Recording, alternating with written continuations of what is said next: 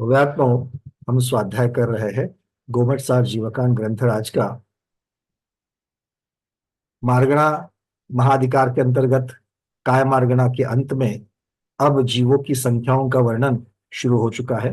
कल आचार्य भगवंत ने हमें षटकाय जीवों की संक्षेप से संख्याएं बताई थी, जिसमें तुलनात्मक रीत्या हमने ये देखा कि सबसे कम कौन से जीव है, किसी को याद आ रहा है क्या? सबसे कम? हाँ, दीपा दीदी बोलिए। अग्नि का एक जीव। बहुत बढ़िया, अग्नि का जीव सबसे कम में आते हैं। और उससे ज्यादा कौन है अग्नि का एक से ज्यादा? अग्नि का एक चलिए एक पृथ्वी का एक एक। बता रहा, सुनीता बस दीदी बताइए। पृथ्वी का एक। पृथ्वी का एक, पृथ्वी का एक से ज्यादा? पृथ्वी का एक जल। जल का एक। जल का एक। जल का एक। पृथ्वी से ज्यादा जल का एक है। और जल का एक से ज्यादा चंदा दीदी कितने हैं? वायु। वायु का एक है। चलिए बहुत बढ़िया। अच्छा, ये जो एक से दूसरे, दूसरे से तीसरे, ये जो है, इनमें से प्रत्येक का प्रमाण कितना है? ध्यान से प्रश्न को सुनना। प्रत्येक का प्रमाण कितना है? संक्षेप में बताना है, प्रत्येक का प्रमाण कितना है? कौन बताएगा? हाँ, मीनाक्षी दीदी आप बताइए, अनम्यूट किया है। 3.5 बार लोक का संख्या। 3.5 बार लोक को परस्पर गुना करने से जो संख्या आएगी वो किसकी संख्या आती है? जल तेज काय की। तेज का या अग्नि का की? बहुत बढ़िया, बहुत सुंदर। और ये इसका प्रमाण कितना हो जाता है? ये तो गणित के द्वारा बता दिया, किंतु ये होता कितना है? असंख्यात होगा। असंख्यात तो होगा, किंतु एक उसको नाम बताया अरविंद जी। असंख्यात कितना, कौन सा वाला असंख्यात? असंख्यात लोक प्रमाण। बहुत बढ़िया, असंख्यात लोक प्रमाण। और अरविंद जी, असंख्यात लोक प्रमाण का अर्थ क्या होता है? असंख्यात इंटू संख्यात। असंख्यात गुना असंख्यात, और थोड़ा सा असंख्यात लोक प्रमाण। आपने कहा वो गलत नहीं है, पर थोड़ा सा विस्तार करिए। असंख्यात लोक प्रमाण का अर्थ क्या होगा? कल्पना दीदी बताइए। लोकाकाश के असंख्यात प्रदेशों के असंख्यात गुणा। वो लोकाकाश के असंख्यात लोक प्रमाण। असंख्यात प्रदेश जो होते हैं, उस असंख्यात उसका को असंख्यात से गुना करना, गुणा। असंख्यात लोक की अपेक्षा से। चलिए बहुत बढ़िया। तो एक लोक के जितने प्रदेश है, उसको असंख्यात लोक के प्रदेश, मतलब उसको असंख्यात से गुना करना। बहुत बढ़िया। चलिए, अब ये तो अग्नि का ही तो असंख्यात लोक प्रमाण है। पृथ्वी का ही कितने होंगे? पृथ्वी का ही कितने होंगे? अंजलि शाह दीदी नागपुर। वो भी असंख्यात गुना ही है। असंख्यात असंख्यात लोक प्रमाण। बहुत बढ़िया, असंख्यात लोक प्रमाण लोक आएंगे, प्रमाण किंतु अग्नि का एक से ज्यादा। ज्यादा है। अग्नि का एक से ज्यादा आएंगे। चलिए बहुत बढ़िया। अब आगे बताइएगा। अब कौन बताएगा? सरमती इंदिरा दीदी बताइए। जलकायिक का बताइए। जलकायिक कितने हैं? असंख्यात लोक प्रमाण। असंख्यात लोक प्रमाण, किंतु पृथ्वी का एक से ज्यादा। पृथ्वी का एक से ज्यादा। बहुत बढ़िया। और जलकायिक से वायुकायिक ज्यादा, और वो भी असंख्यात लोक प्रमाण ही होंगे। ये सब लोग ध्यान रखें। ठीक है, चलिए सब लोग जिन्होंने जिन्होंने अपने हैंड रेस किए हैं, कृपया निकाल दीजिएगा। तो हम लोग आगे बढ़ते हैं। अब ये तो संक्षेप से बता दिया। किसकी बता दी? प्रथम 4 स्थावर काय के बता दी। अभी तक षटकाय में से सिर्फ हमने कितने देखे? पहले स्थावर काय के जो 5 भेद है, उनमें से 4 भेदों की संख्या हमने देखी है। अब चलते हैं वनस्पति कायिक और त्रसकायिक, इन 2 प्रकार के जीव की संक्षेप से संख्या देखेंगे। तो अब आ रही है गाथा क्रमांक 205 और 206, जो हम यहां से आपको शेयर कर रहे हैं। चलिए, वनस्पति कायिक जीवों की संख्या हम लोग देखते हैं। अब वनस्पति कायिक में भी 2 प्रकार आते हैं, प्रत्येक वनस्पति और साधारण वनस्पति। ठीक है, तो ये वनस्पति कायिक के 2 की संख्या यहां पर बता रहे हैं।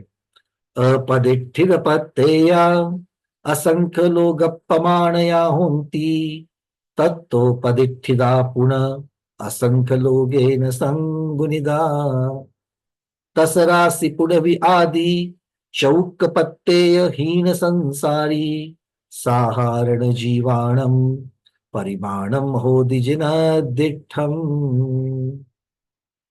शब्दार्थ क्या है देखते हैं पहले। अपदिठित पदे पत्तेया, पत्तेया मतलब प्रत्येक, और अपदिठित मतलब अप्रतिष्ठित। तो अप्रतिष्ठित प्रत्येक वनस्पति जो है, क्योंकि प्रत्येक वनस्पति और साधारण वनस्पति, उसमें प्रत्येक वनस्पति के भी दो भेद, सप्रतिष्ठित और अप्रतिष्ठित। तो पहले अप्रतिष्ठित की क्या कह रहे देखो। अप्रतिष्ठित प्रत्येक वनस्पति कितनी है, असंख्य लोग प्रमाण, कितनी है, वो भी असंख्यात लोक प्रमाण है। मतलब प्रत्येक वनस्पति में से अप्रतिष्ठित प्रत्येक जो है वो पहले चार काय के जैसे यहां पर कह रहे हैं असंख्यात लोक प्रमाण है।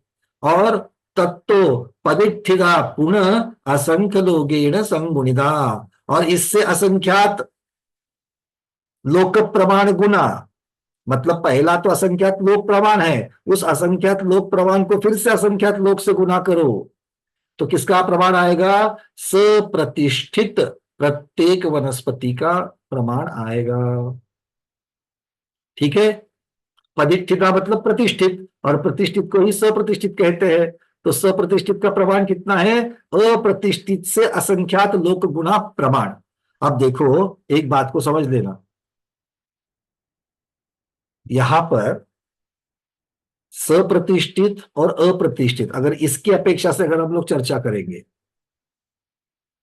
तो अगर चॉइस दी जाएगी कि आपको होना तो भैया प्रत्येक वनस्पति है, आपको होना तो प्रत्येक वनस्पति है, तो आप कौन सी होना पसंद करोगे, अप्रतिष्ठित या सप्रतिष्ठित। अप्रतिष्ठित है ना। और जो सब लोग चाहते हैं, अच्छी चीज तो सब लोग चाहते हैं, और अच्छी चीज दुनिया में बहुत ज्यादा होती है कम होती है, कम होती है ना। तो वही चीज यहां पर भी दिख रही है, जो अप्रतिष्ठित वनस्पति है वो कम है और सप्रतिष्ठित वनस्पति ज्यादा है। और कितनी ज्यादा है, असंख्यात गुना ज्यादा है।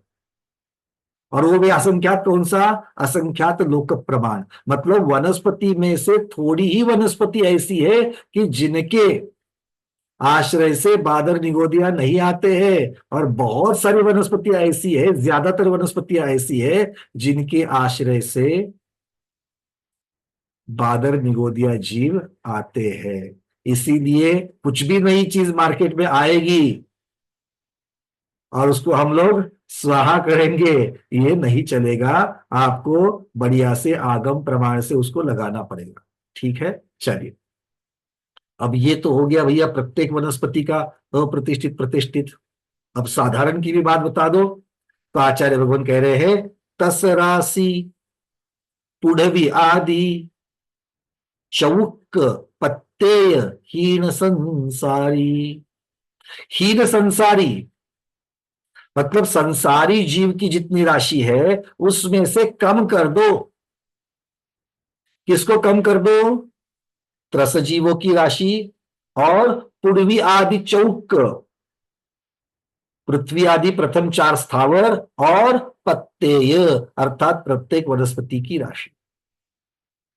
तो नीचे कौन बचेगा, देखो संसारी जीव, उसमें कौन है, षटकाई जीव होते हैं। संसारी जीवों में षटकाई जीव होते हैं। वनस्पति में ही प्रत्येक और साधारण फर्क हो गया। अब इसका मतलब क्या है, संसारी जीव राशि जो संपूर्ण है उसमें से त्रस को हटा दो, पृथ्वी काय, जल काय, अग्नि काय, वायु काय को हटा दो, और प्रत्येक वनस्पति को भी हटा दो। तो नीचे कौन बचेगा, आचार्य कह रहे दूसरे चरण में साहारण जीवाणम। देखो सिर्फ गणित से नहीं, गाथा से भी आनंद आना चाहिए कि हमने गाथा पहचान ली है ना। आचार्य भगवान कहते हैं साहारण जीवाणम परिमाणम, और ऐसा किसने कहा, जिनदिठम, जिनेन्द्र भगवान ने कहा। बात समझ में आ रही है। चलिए तो अब यहां पर इसी चीज को हमने नीचे चार्ट में बना लिया है। क्या कहते हैं? अप्रतिष्ठित प्रत्येक वनस्पति असंख्यात लोक प्रमाण है, और सप्रतिष्ठित प्रत्येक वनस्पति अप्रतिष्ठित से असंख्यात लोक प्रमाण गुना ज्यादा है। मतलब असंख्यात लोक प्रमाण गुना असंख्यात लोक प्रमाण, ये असंख्यात ही आएगा। ठीक है, पर तुलनात्मक देखेंगे तो अप्रतिष्ठित कम, सप्रतिष्ठित ज्यादा। अच्छा, अब क्या कहते हैं भैया? अप्रतिष्ठित कम है, ये समझ में आ गया। वनस्पतियों में अप्रतिष्ठित कम है, समझ में आ गया। किंतु पहले 4 स्थावर के साथ में अगर हम लोग तुलना करेंगे तो अप्रतिष्ठित कहां पर आएगी? तो आचार्य भगवान कहते हैं अप्रतिष्ठित प्रत्येक वनस्पति राशि अग्निकायिक जीव राशि से भी कम है, क्योंकि पहले 4 स्थावरों में सबसे कम अग्निकायिक थे। पहले 4 स्थावरों में सबसे कम अग्निकायिक थे, उन अग्निकायिक से भी कम यह अप्रतिष्ठित है। मतलब स्थावरों में सबसे कम हो गए, कौन हो गए? अप्रतिष्ठित प्रत्येक वनस्पति सबसे कम हो गई। और सप्रतिष्ठित कितनी है? तो बोलते सप्रतिष्ठित वायु का आयु से असंख्यात गुणहीन है। तो कम तो है, वायु का आयु से ज्यादा नहीं है, तो वायु का एक से कम है, किंतु असंख्यात गुणाहीन है। ठीक है, तो अगर हम लोग स्थावरों में देखेंगे, पहले 4 स्थावर और प्रत्येक वनस्पति, इन 5 को देखेंगे। क्यों? क्योंकि साधारण वनस्पति अनंत में है और बाकी के सारे जो स्थावर है वो असंख्यात में है। तो तुलना असंख्यात की असंख्यात से की जा सकती है, असंख्यात से अनंत की कहां तुलना करेंगे? इसलिए साधारण वनस्पति को साइड में रखो, क्योंकि साधारण वनस्पति कितनी होती है? अनंत। क्यों? क्योंकि साधारण वनस्पति में निगोद आ जाता है, और निगोद कितना होता है? अनंत होते हैं। तो साधारण वनस्पति को थोड़ा साइड में कर दो, तो बाकी बचे हुए जितने स्थावर है वो सारे के सारे असंख्यात लोक प्रमाण है, और असंख्यात लोक प्रमाण है तो उनकी तुलना करेंगे। सबसे कम अप्रतिष्ठित प्रत्येक, फिर अग्निकायिक, पृथ्वीकायिक, जलकायिक और वायुकायिक, और वायुकायिक से असंख्यात गुने कम, मतलब ज्यादा नहीं, कम। वो कौन है? वो है सप्रतिष्ठित वनस्पति। ठीक है, इस प्रकार से कर देते हैं। तो स्थावरों में जो असंख्यात लोक प्रमाण है उनमें सबसे कम अप्रतिष्ठित प्रत्येक वनस्पति और सबसे ज्यादा वायुकायिक जीव है। आ गई बात समझ में? ये इसका सार निकल रहा है, ये सार आप लोग नोट कर सकते हो, क्योंकि ये सार सार का भी सार है। क्या सार निकला? जो स्थावर असंख्यात लोक प्रमाण है, ब्रैकेट में लिख दो, ब्रैकेट में क्या लिखना है? साधारण वनस्पति को छोड़कर, साधारण वनस्पति को छोड़कर उनमें तुलनात्मक रीत्या, उनमें, या फिर तुलना से, इतना लिखिए, उनमें तुलना से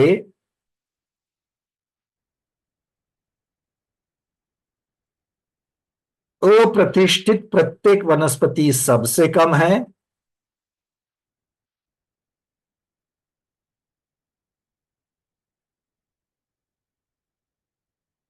और वायुकायिक जीव सबसे ज्यादा।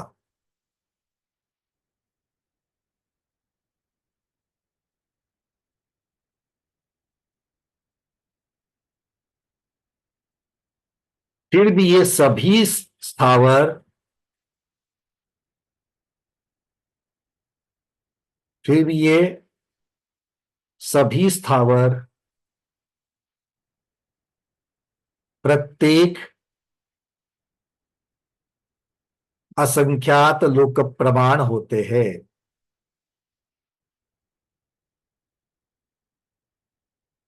असंख्यात लोक प्रमाण होते हैं, जिनके सामने अभी कॉपी पेस्ट नहीं होगा, जब आप लोग वापस वीडियो सुनेंगे तब चाहिए तो नोट कर देना, क्योंकि ये बात बहुत महत्वपूर्ण है। बाकी का गणित समझे ना समझे, इतनी सी चीज तो हमें समझनी चाहिए, क्योंकि चिंतन में ये आना चाहिए। ठीक है, चलिए अब थोड़ा सा आगे बढ़ते हैं। साधारण वनस्पति का भी चार्ट में लिखा गया है। आगे क्या लिखा है देखो, प्रत्येक वनस्पति का एक जीव मात्र बादर ही होते हैं, इसलिए इनकी संख्या कम है। किसकी तुलना में? साधारण की तुलना में, क्योंकि साधारण में बादर और सूक्ष्म दोनों भी होते हैं।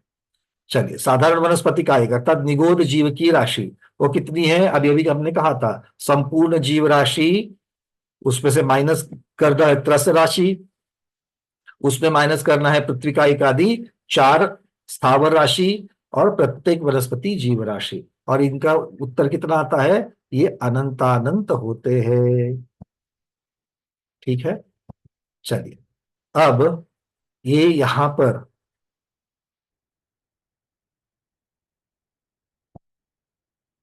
संक्षेप से कथन हो गया।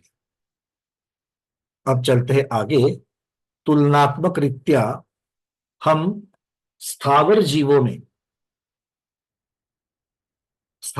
में बादर और सूक्ष्म तथा पर्याप्त अपर्याप्त इनकी अपेक्षा से हम लोग इसकी चर्चा करते हैं। ठीक है, याद आ रही है सबको? बादर, सूक्ष्म, पर्याप्त, अपर्याप्त। देखो, याद रखने के लिए एक सीधा बहुत छोटा सा, क्या कह सकते हैं हम लोग, छोटा सा नुस्खा, क्या बोलते हैं हिंदी में? नुस्खा बोलते हैं, नुस्खा बोलते हैं, जो भी हो, हिंट। ठीक है, और ख पहले लगाना क्या बाद में लगाना, आप लोग देख लो। तो ये एक छोटा सा हिंट दे रहा हूं मैं आप लोगों को। सबसे पहले एकेंद्रिय को रखना, स्थावर या एकेंद्रिय, इसके 2 भेद। कौन से? बादर और सूक्ष्म, बादर और सूक्ष्म। और फिर बादर के 2 भेद पर्याप्त अपर्याप्त, सूक्ष्म के 2 भेद पर्याप्त अपर्याप्त। क्लियर है? अब ये स्थावर में लगाओ, पृथ्वी का एक में भी ऐसा। अब एक केंद्रीय स्थावर जहां लिखा है वहां पर पृथ्वी का एक लगाओ, तो पृथ्वी का एक में बादर और सूक्ष्म, और बादर में पर्याप्त अपर्याप्त, सूक्ष्म में पर्याप्त अपर्याप्त। मतलब पृथ्वी का एक में सब होते हैं, बादर भी होते हैं, सूक्ष्म भी होते हैं, प्रत्येक भी होते हैं, अपर्याप्त भी होते हैं। ठीक है, चलिए जलकायिक में भी ऐसा ही। जलकायिक में 2 भेद, बादर और सूक्ष्म, बादर में पर्याप्त अपर्याप्त, सूक्ष्म में पर्याप्त अपर्याप्त। अग्निकायिक में भी ऐसा ही। अग्निकायिक में बादर और सूक्ष्म, उसमें पर्याप्त अपर्याप्त, पर्याप्त अपर्याप्त। वायुकायिक में बादर सूक्ष्म, दोनों के भी प्रत्येक की पर्याप्त अपर्याप्त। ठीक है, अब वनस्पति कायिक में आइए। अब वनस्पति कायिक में 2 भेद, प्रत्येक वनस्पति और साधारण वनस्पति। प्रत्येक वनस्पति सिर्फ बादर, प्रत्येक वनस्पति सिर्फ बादर, और उसमें पर्याप्त अपर्याप्त। ठीक है, बादर में पर्याप्त अपर्याप्त दोनों होते हैं। और साधारण वनस्पति में, ब्रैकेट में साधारण वनस्पति को क्या कहना? निगोद। क्योंकि निगोद शब्द बोलते ही बादर निगोद या सूक्ष्म निगोद या कान में अपने आप आ जाता है। तो साधारण वनस्पति के 2 भेद, बादर और सूक्ष्म। फिर बादर में पर्याप्त अपर्याप्त, सूक्ष्म में पर्याप्त अपर्याप्त। क्लियर है? चलिए, बहुत बढ़िया। अब फिर से वो जो गाथा है अगली 207 और 208 नंबर की, इनकी चर्चा करते। तो ये सब बादर, सूक्ष्म, पर्याप्त अपर्याप्त जो जीव है इनकी अपेक्षा से चलते हैं। देखो, बादर और सूक्ष्म में हम लोग क्या देखेंगे? अब हमारा चिंतन किस तरीके से जाना चाहिए? सिर्फ शब्दों की तरफ और गणित की तरफ नहीं देखना है, इसका मुझे मेरे चिंतन के लिए। क्योंकि देखो, एक सबसे पहली बात, ये सब जो गणित की भाषा चल रही है, बादर, सूक्ष्म, पर्याप्त अपर्याप्त जो चल रहा है, ये ज्ञान की अपेक्षा से तो मैं ग्रहण कर लूं। जैसे मैं भोजन करता ही करता हूं, पर भोजन में से सारी की सारी चीजें हम काम में लाते हैं क्या? नहीं लाते।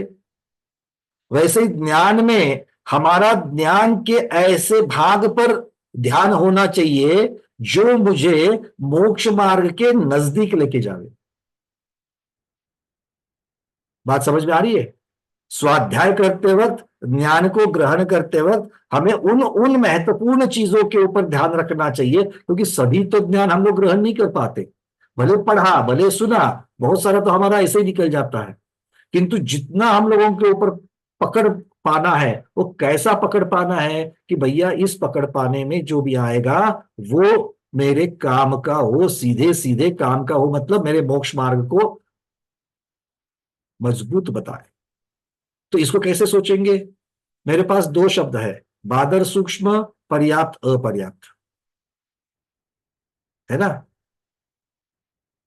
और हम लोग भले क्षत्रिय हो फिर भी वृत्ति से बनिए ही है।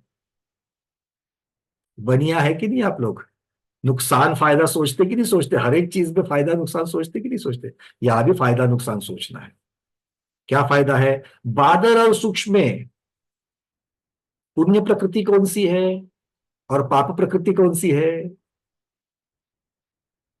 बादर पुण्य प्रकृति है, सूक्ष्म पाप प्रकृति है। पर्याप्त अपर्याप्त में पर्याप्त पूर्ण प्रकृति है और अपर्याप्त पाप प्रकृति है। तो हमको ये सारी संख्याएं जब आएगी तो हमको देखना है कि भैया बादर में कितने हैं और सूक्ष्म में कितने हैं, दोनों की तुलना। तो पुण्य वाले ज्यादा है कि पाप वाले ज्यादा है? अगर पुण्य वाली संख्या ज्यादा आती है तो भरकस लेना है, मतलब ज्यादातर जीव उसको प्राप्त कर रहे हैं। संख्या किसकी है? जीवों की है, जो पुण्य को प्राप्त करने वाले जीव है। तो अगर बहुत सारे जीव उसको प्राप्त करते हैं तो मुझे प्राप्त करना ही चाहिए। और पाप प्रकृतियां ज्यादा मिलती है तो इससे मुझे बच के रहना चाहिए। क्यों? क्योंकि ज्यादातर जीव फिसल करके ऐसी पाप प्रकृति को धारण कर रहे हैं, इसलिए पाप प्रकृति की संख्या ज्यादा है, मुझे इसमें बच के रहना चाहिए। आ गई बात समझ में? तो अपने फायदे को भी इसमें देखना है। चलिए, समय समय पर हम आपको आगाह करते रहेंगे, बस हमारी बस में बने रहना, ठीक है ना। क्योंकि हमारी आवाज जो है ना, वो तीर्थंकर भगवान की आवाज समोसन के बाहर भी जाती है। हमारी आवाज अपने बस के अंदर ही रहती है, ठीक है। चलो, क्या कहते हैं आचार्य भगवान? सग सग असंक भागो बादर कायान हो परिमाणम। ऐसे मत बैठो, तीर्थंकर भगवान की वाणी है, आचार्यों के द्वारा लिखित है, ऐसे बैठो, है ना। चलिए, बहुत बढ़िया। सग सग असंक भागो बादर कायान हो परिमाणम शेषा सुहुम पमाणम परिभागो पुवन्निदिठियो। सुहुमे सुसंख भागम संखा भागा अपुन्नगा इदरा जस्य अपुन्न धादो पुन्नधा संख गुणेद कमान। एक एक शब्द को ले लेते हैं। आचार्य भगवान कह रहे हैं सग सग असंख्य भागो। सग सग मतलब प्रत्येक प्रत्येक, अपना अपना, उसे कहते हैं सग सग। अपना अपना क्या करना है? अपनी अपनी संख्या जो है वो अपनी अपनी संख्या को असंख्य भाग कर लो। मतलब अपनी अपनी संख्या को असंख्यात से भाग दे दो। तो असंख्यात भाग करने के बाद जो एक भाग होगा वो क्या होगा? बादर कायान होदि परिमाणम। मतलब किन्हीं भी जीवों की, पृथ्वी कायिक, जल कायिक, अग्नि कायिक, वायु कायिक, इनकी दो दो भेद होंगे, हाँ या ना। बादर भी होंगे, सूक्ष्म भी होंगे। तो आचार्य भगवान कह रहे हैं उन उन स्थावरों की संपूर्ण संख्या को, कुल संख्या को असंख्यात से भाग करके जो संख्या आती है वो बादर की है। और शेषा सुहुम पमाणम परिभागो, जो बचा हुआ बहुभाग है वो सूक्ष्म का है। मतलब पृथ्वीकायों की जो असंख्यात लोक प्रमाण संख्या है, जलकायों की असंख्यात लोक प्रमाण संख्या है, अग्निकायिक वायुकायों की असंख्यात लोक प्रमाण संख्या है, इनको ये जो संख्याएं है प्रत्येक की, उसके असंख्यात भाग करो। और उन असंख्यात भागों में से एक भाग बादर का है और बहुभाग सूक्ष्म का है। तो चारों स्थावर में बादर ज्यादा है या सूक्ष्म ज्यादा है?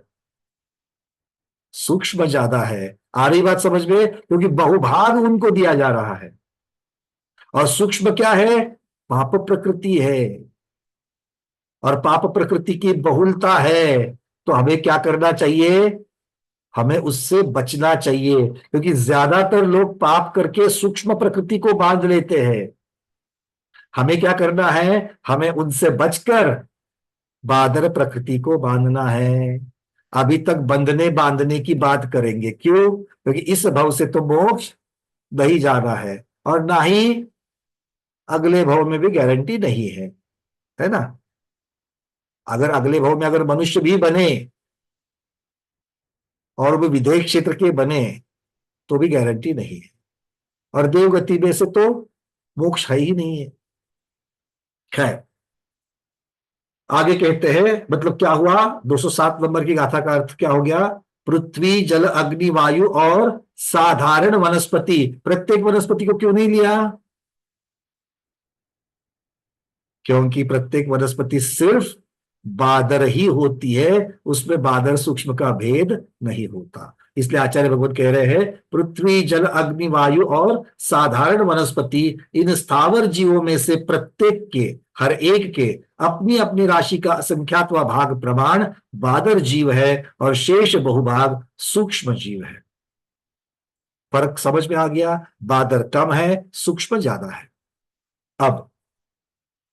अब ये जो सूक्ष्म आपने बताए भगवान, ये सूक्ष्म जो है, इन सूक्ष्म के भी दो भेद हो जाते हैं। कौन से भेद होते हैं? पर्याप्त और अपर्याप्त, ये दो भेद होते हैं।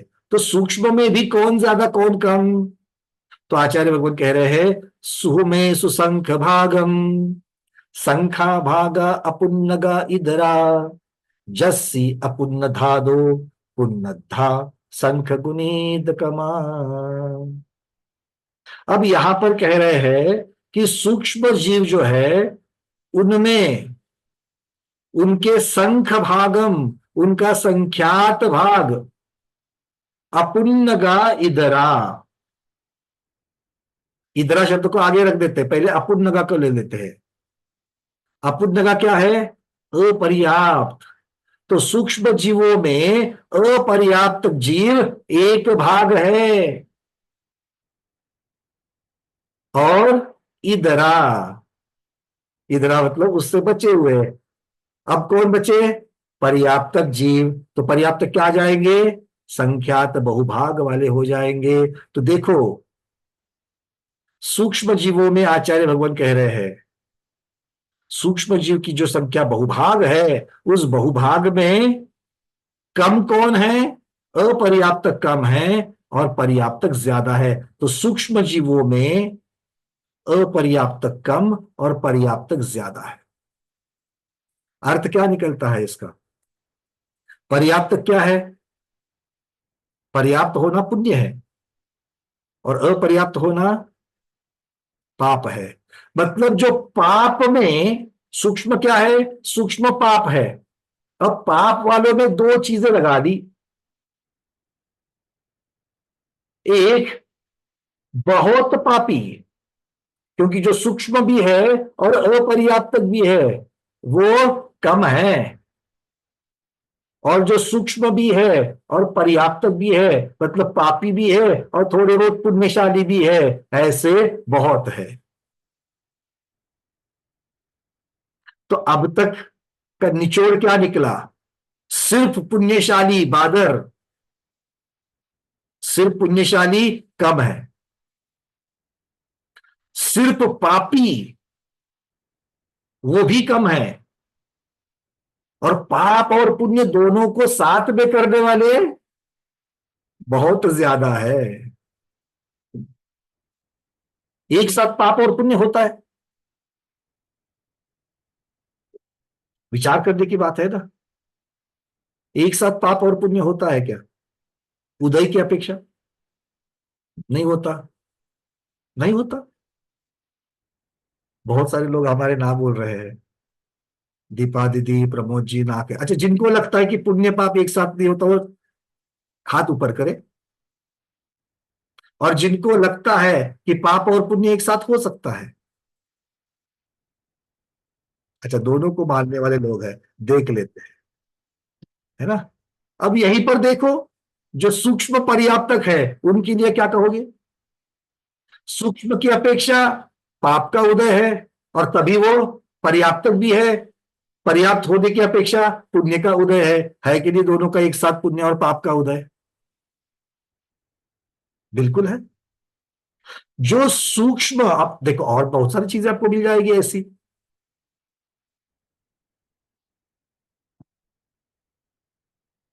सम्यक दृष्टि भी है, सम्यक दृष्टि है मतलब पुण्य है कि नहीं है? है। और तभी अयश कीर्ति का उदय आ जावे। अयश कीर्ति पुण्य है कि पाप है? पाप है। दोनों एक साथ है कि नहीं है? दोनों एक साथ है। ऐसे अब निकालो अलग अलग तरीके से। स्त्रीवेदी होना और उसके साथ साथ में मनुष्य आयु को होना,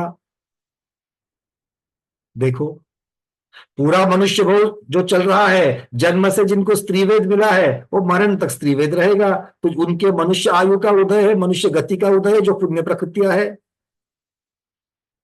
और स्त्री पर्याय है, स्त्रीवेद है जो, या फिर नपुंसक है मनुष्यों में, तो वो है कि नहीं? दोनों एक साथ में आ सकती है। तो आचार्य, अब इसका एक निचोड़ निकलता है कि पाप ही पापी वो भी कम है, पुण्य ही पुण्य वो भी कम है, और पाप और पुण्य का एक साथ होने वाले बहुत ज्यादा है। तो हम किस में है?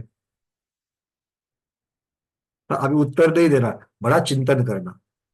चिंतन करके हम बहुलता वाले में है क्या अल्पसंख्याक में है, जरा देख लेना, है ना। अल्पसंख्याक में कौन है यहां पर? सिर्फ पुण्यवान और सिर्फ पापी। और बहुसंख्याक में कौन है? पुण्य और पाप दोनों करने वाले हैं। तो हम कहाँ है देख लेना, ठीक है ना। ये आगम की अपेक्षा से चल रहा है। चलिए आचार्य भगवान क्या कह रहे हैं? अपनी अपनी राशि का संख्यात्वा भाग, और एक चेंज है इसमें, अपनी अपनी राशि का संख्यात्वा भाग प्रमाण अपर्याप्त जीव है, किसके? सूक्ष्म का। और शेष संख्यात भाग बहुभाग पर्याप्त जीव है। ऐसा क्यों? पहले असंख्यात की अपेक्षा से बहुभाग और एक भाग कर दिया, यहां पर संख्यात बहुभाग और एक भाग कर लिया। फर्क समझ में आ रहा है आपको? दोनों में फर्क है। सूक्ष्म में संख्यात की अपेक्षा से वर्णन कर दिया। इसका कारण क्या है? आचार्य भगवान 208 नंबर की गाथा के दूसरे चरण में इसका उत्तर कह रहे हैं, जस्सी अपुन्नधादो। आधा शब्द का अर्थ होता है काल। संक्षेपाधा शब्द सुना है कि सुना है? बहुत सारे लोगों ने पहले स्वाध्याय किया, उन्होंने सुना है, बाकी लोग लेशा मार्गना में सुनेंगे इसको। तो अद्धा शब्द का अर्थ क्या होता है? काल। तो ये काल की अपेक्षा से कह रहे हैं, इसका कारण क्या कह रहे हैं? जस्सी अपुन्न धादो पुण्य धा संख गुणित कमा, दोनों में अद्धा अद्धा शब्द है। अपुण्य धादो और पुण्य धा मतलब अपर्याप्तकों के काल से पर्याप्तकों का काल।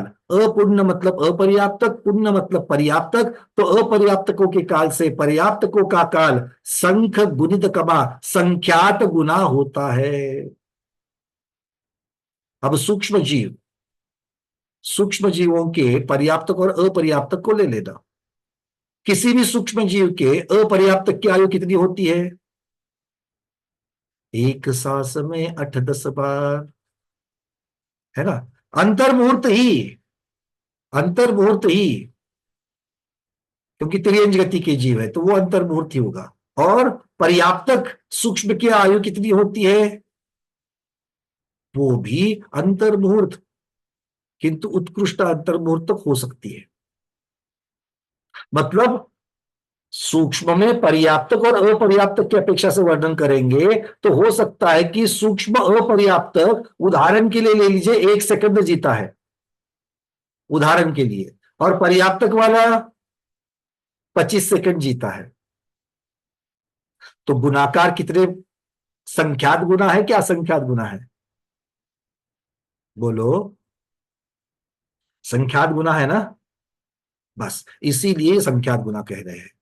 क्यों? क्योंकि पर्याप्त जीवों की आयु और या फिर काल और अपर्याप्त जीवों का, सूक्ष्म जीवों का काल जो है, इन दोनों में, सूक्ष्म पर्याप्तक और सूक्ष्म अपर्याप्तकों में संख्यात गुना का भेद है इन दोनों के कालावधि में, और इसीलिए सूक्ष्म अपर्याप्तक तो मर गया और संचित होने की अपेक्षा से पर्याप्तक तो होते रहेंगे, तो इसकी अपेक्षा से वो संख्यात गुना होते हैं। ये आचार्य भगवान यहां पर हमको बता रहे हैं। इसीलिए अपर्याप्तक सूक्ष्म और पर्याप्तक सूक्ष्म में संख्यात एक भाग और संख्यात बहुभाग, ये संख्यात की अपेक्षा से लगा दिया, और बाकी जीवों में बादर और सूक्ष्म की जब चर्चा चल रही थी तब वो असंख्यात एक भाग और असंख्यात बहुभाग इस प्रकार से बता दिया। ठीक है, गणित को अगर हम लोग, जिनको समझ में आ रही है बातें, अच्छी बात है। जिनको थोड़ा समझ में नहीं आ रहा है वो लोग क्या समझ में रखेंगे? स्थावर जीवों में बादर और सूक्ष्म, ये दो करेंगे तो बादर कम सूक्ष्म ज्यादा है, और सूक्ष्म में भी पर्याप्तक अपर्याप्तक की चर्चा करेंगे तो पर्याप्तक ज्यादा अपर्याप्तक कम है। ठीक है, इतनी बात समझ में आ गई? ये दो बिंदु समझ में आ गए? बहुत बढ़िया, आगे बढ़ते हैं। अब अगली गाथा की तरफ चलते हैं।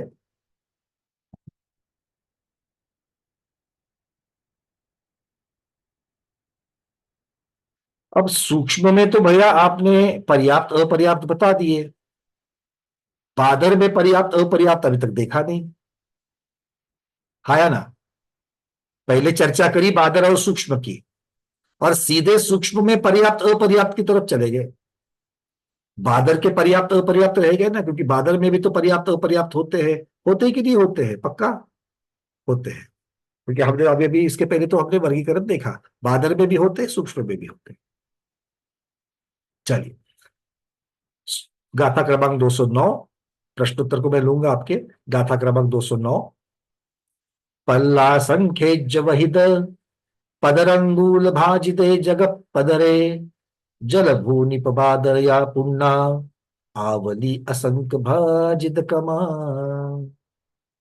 ये भजित है या भाजित है? मेरे ख्याल से भा होना चाहिए था। एक बार मूल सूत्र में देखते थे। जस्ट एक 2 मिनट दीजिएगा, क्योंकि अगर चेंज है, 209 नंबर की गाथा है ना ये।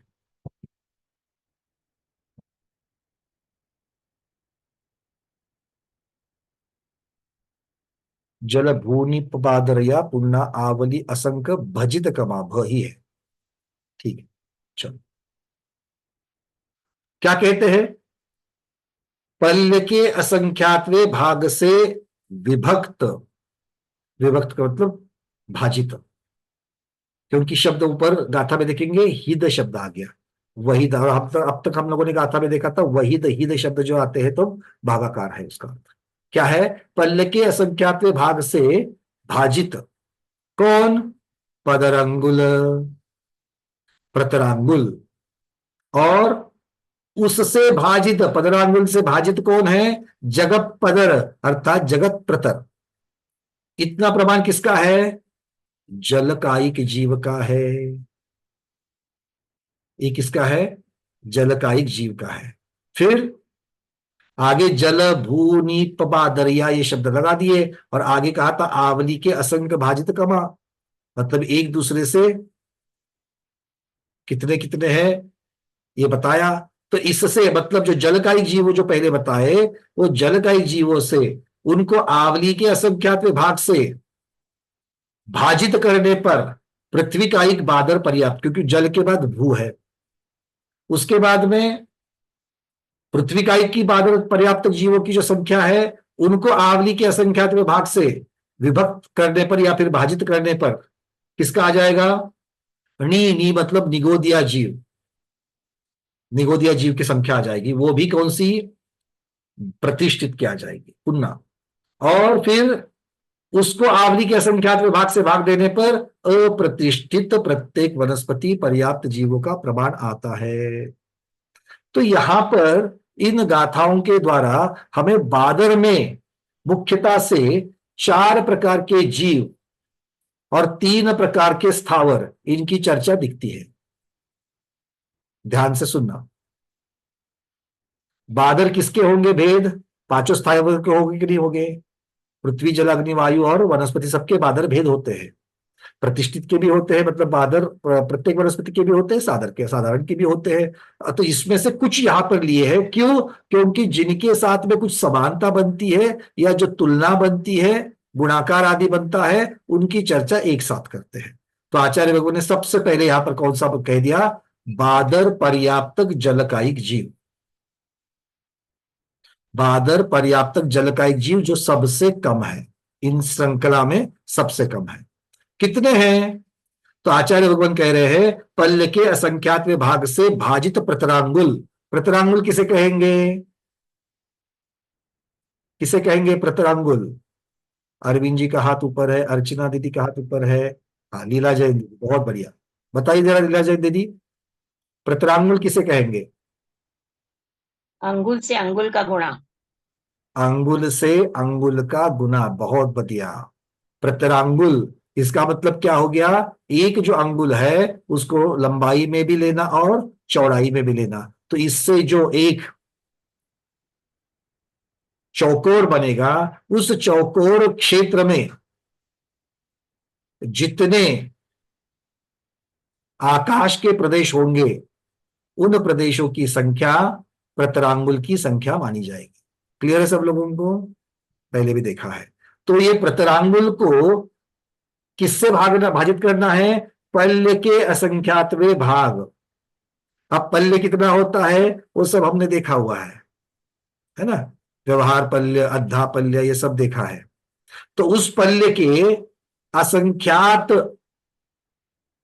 भाग करना, और एक भाग में जितने समय आते हैं उतनी संख्या। मतलब जब प्रतरांगुल को पल्ले के असंख्यात विभाग से भाजित करोगे तो जो लब्ध आएगा, इस लब्ध से जगत प्रतर को भाजित करना। अब जगत प्रतर किसे कहेंगे? जगत प्रतर किसे कहेंगे? 1 2 3 4। बहुत दिन से जिन्होंने उत्तर नहीं दिया, ऐसे चाहिए हमको।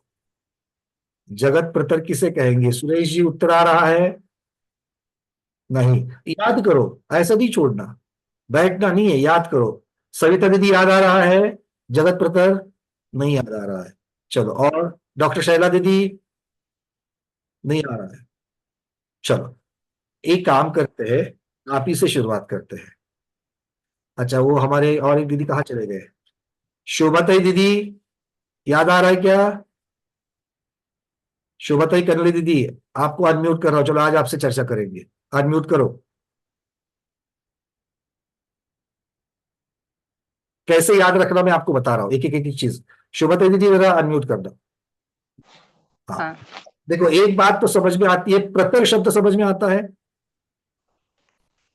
अभी अभी प्रतरांगुल में भी प्रतर था, और यहां पर जगत प्रतर में भी प्रतर है, है ना?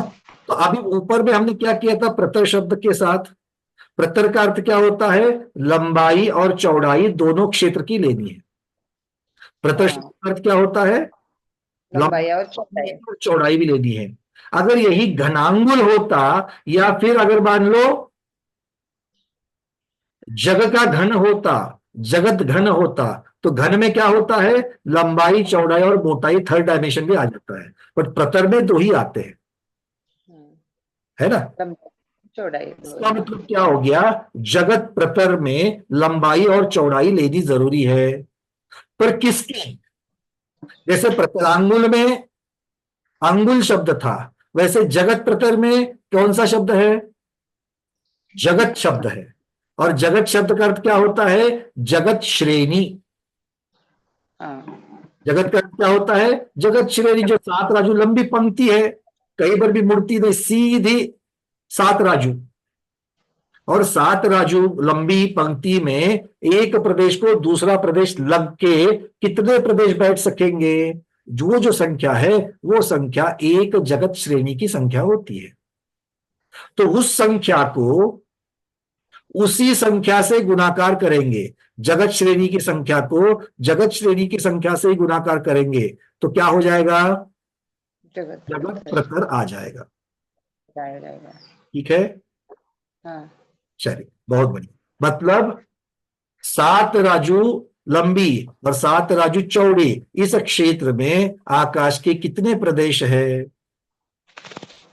उतने प्रदेशों की संख्या, मतलब जगत प्रतर की संख्या। सबको याद है? समझ में आ रही बातें? देखो 3 चीजें हमने बताई थी, एक है अंगुल या फिर श्रेणी, ये मूल में एक ले लेना, या तो अंगुल या तो श्रेणी। इसके साथ में जब भी प्रतर शब्द जुड़ेगा तो इससे ही इसी संख्या को 2 से गुणाकार करना है, मतलब ये लंबाई है, इतनी चौड़ाई लेकर के क्षेत्र बनाना, तो ये 2 डायमेंशनल हो जाएगा। लंबाई और चौड़ाई कहाँ होती है? 2 डायमेंशन में होती है। और इतने क्षेत्र में जितने आकाश के प्रदेश आएंगे वो संख्या हो जाएगी। और जब जगत घन होगा या फिर घनांगुल होगा, तो अंगुल का घन मतलब क्या होगा? अंगुल को अंगुल से 3 बार गुणाकार करना, लंबाई मोटाई चौड़ाई।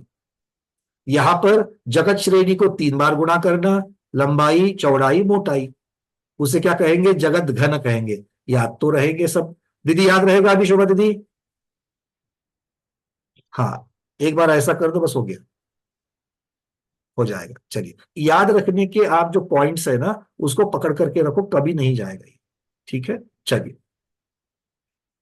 तो सब लोग जगत प्रतर को जानते हैं, तो इस प्रकार से जगत प्रतर को प्रतरांगुल को पल्ले के असंख्यात भाग से प्रमाण से भाजित करने पर जो भी लब्ध आएगा, कितना होगा? असंख्यात होगा। कितना होगा? असंख्यात। हमारे काम की चीज क्या है? बनिए, हम बनियों के काम की चीज क्या है भैया? एड बताओ, गणित छोड़ दो, एंड बताओ, टैली क्या हो गई? असंख्यात आ गया। ठीक है, तो बादल पर्याप्तक जलकाई जीव असंख्यात हो जाएंगे। अच्छा, कुल जलकाई कितने थे? असंख्यात लोक प्रमाण थे। कुल जलकाई असंख्यात लोक प्रमाण थे, है ना?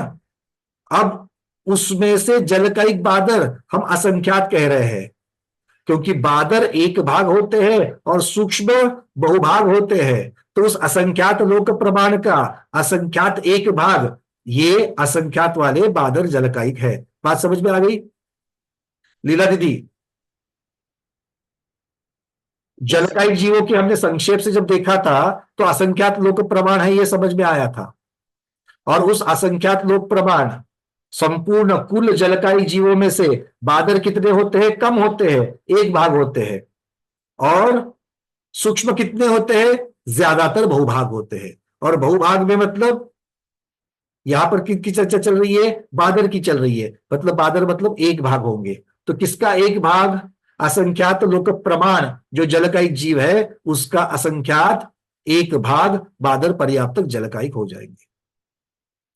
ठीक है, चलिए, अब यहां पर मुख्यता से पर्याप्तक की अपेक्षा से वर्णन आ गया है। चलिए आगे बढ़ते हैं। अब इसको, जो जलकायिक की राशि है, उसको आवली के असंख्यात भाग से भाजित करोगे तो संख्या बढ़ जाती है।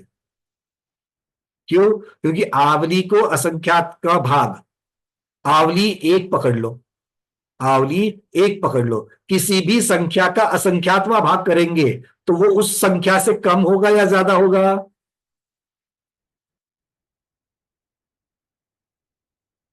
दीपा दीदी कितना होगा?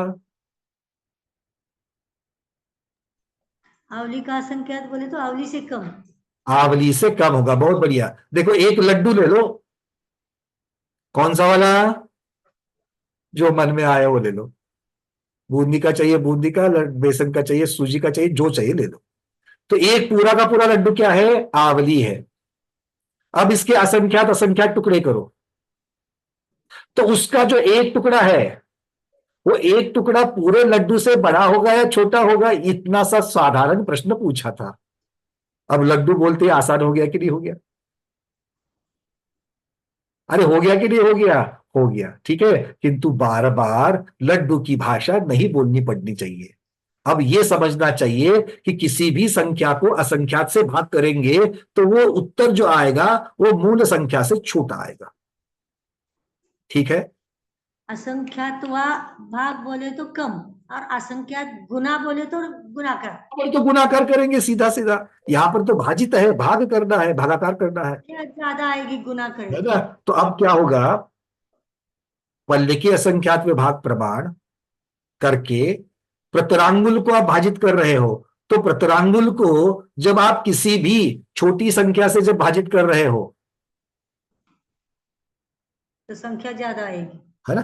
तो अब देखो, मेरे पास पर्याप्त जलकायिक जीवों की संख्या है, एक पर्याप्त जलकायिक जीवों की संख्या, इसको मैंने आवली के असंख्यात विभाग से भाजित किया। जब आवली को मैं असंख्यात विभाग से भाजित करूंगा तो उत्तर एक से कम आएगा कि नहीं आएगा, क्योंकि आवली एक है, तो आवली से कम आएगी। आवली एक है, और उस आवली को असंख्यात से जब मैं भागाकार करूंगा तब एक से उत्तर कम आएगा कि नहीं आएगा, मतलब अपूर्णांक में उत्तर आएगा, डेसिमल पॉइंट में उत्तर आएगा, एक से भी कम आएगा। और ऐसे अपूर्णांक से अगर मैं किसी संख्या को भाजित करूंगा, किसी संख्या को भाग दे दूंगा, तो वो मूल संख्या बढ़ेगी उत्तर में या कम हो जाएगी। 10 को 0.2 से अगर मैं भागाकार करता हूं तो 10 उत्तर जो आएगा 10 से ज्यादा आएगा क्या 10 से कम आएगा, 10 से ज्यादा ही आएगा, क्योंकि आप अपूर्णांक से भाजित कर रहे हो। वैसे ही यहां पर है, आवली के असंख्यात भाग मतलब आप अपूर्णांक से पर्याप्त जलकायिक जीव राशि को भाजित कर रहे हो, इसीलिए जलकायिक जीवों की राशि से उत्तर ज्यादा आएगा। और उत्तर किसका आ रहा है, ये पृथ्वी कायिक बादर पर्याप्त जीवों का, क्योंकि बादर पर्याप्त, चार्ट की तरफ देखो, बादर पर्याप्त जीव पृथ्वी कायिक कितने हैं, तो जलकायिक को आवली के असंख्यात भाग से भाजित करना मतलब अपूर्णांक से भाजित करना। कनकमाला चार्ट दीदी क्लियर है। देखो, जलकायिक जीवों की संख्या 10 समझना, ठीक है, और आवली का असंख्यात्वा भाग 0.1 समझना, 0.1 एक दशांश समझना, ठीक है। अब 10 को जलकायिक जीवों की संख्या को एक दशांश से जब मैं भाजित करूंगा, उत्तर जो आएगा उतने पृथ्वी कायिक जीव होंगे। तो 10 को 0.1 एक दशांश से अगर मैं भाजित करूंगा तो उत्तर 10 से ज्यादा होगा या कम होगा, मैं अपूर्णांक से भाजित कर रहा हूं तो बढ़ जाएगा, है ना। तो बढ़ जाएगा मतलब संख्या किसकी आ गई, पृथ्वी कायिक की आ गई। तो पृथ्वी कायिक की संख्या जल कायिक से ज्यादा होगी या कम होगी, ज्यादा होगी। आ गई बात समझ में, क्लियर है। ये गणित का छोटा छोटा गणित का उदाहरण है। ऐसे ही बादर पर्याप्त पृथ्वी कायिक से बादर पर्याप्त सप्रतिष्ठित ज्यादा है, और बादर पर्याप्त सप्रतिष्ठित से बादर पर्याप्त अप्रतिष्ठित ज्यादा है। ठीक है, क्लियर है। चलिए, अब इसी चीज को आप बीच में बाणों के द्वारा दिखाया गया है, बढ़ते हुए क्रम में।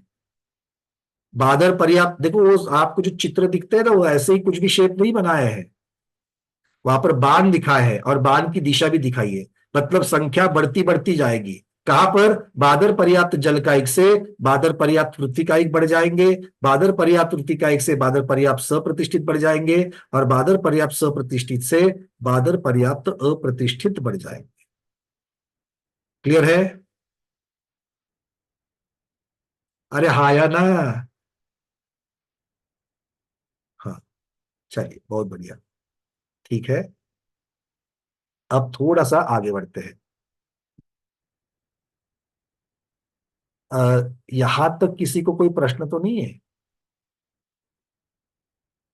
कोई बात नहीं, आप इसको फिर से एक बार इस वीडियो को सुन लेना। आज हम प्रयास करेंगे जल्द से जल्द देने का, आप इसको फिर से एक बार पढ़ना, और अगर कोई जिज्ञासा है तो कल भी पूछ सकते हो, ठीक है, क्योंकि आप बार बार जब सुनोगे तब मन में जिज्ञासा आएगी, और विषय भी ऐसा है कि हो सकता है कि तत्काल में जिज्ञासा नहीं आए।